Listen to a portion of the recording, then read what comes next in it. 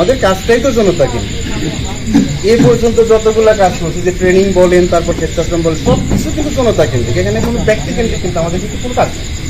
তো অনেক পরিকল্পনা আছে, যুব সমাজ নিয়ে বলেন, নারী সমাজ নিয়ে বলেন, বা কৃষকদের নিয়ে বলেন। সেই পরিকল্পনাগুলো বাস্তবায়ন করতে পারবো তখনই যখন ওই জায়গাটাতে যদি আল্লাহ পাক আপনাদের ঐক্যবদ্ধ প্রচেষ্টায় যদি তৌফিক দান করে, তখন হচ্ছে সম্ভব। নেপোলিয়ন বোনাপার্ট একটা কথা বলছে যে আমাকে একটা শিক্ষিত মা দাও, আমি তোমাদেরকে একটা শিক্ষিত জাতি দেব। ঠিক তেমনি আমি আপনাদেরকে বলছি যে শুধু একবার একটু সবাই ওই যে জন্য যেটা একটা যেটা বলো 1992 সালে যেরকম চাষার জন্য যেরকম আপনারা মাঠে ঢুকে নামছিলেন, তাকে বের করে নিয়ে আসছিলেন, এতগুলো শিক্ষা প্রতিষ্ঠান আপনারা পাইছেন।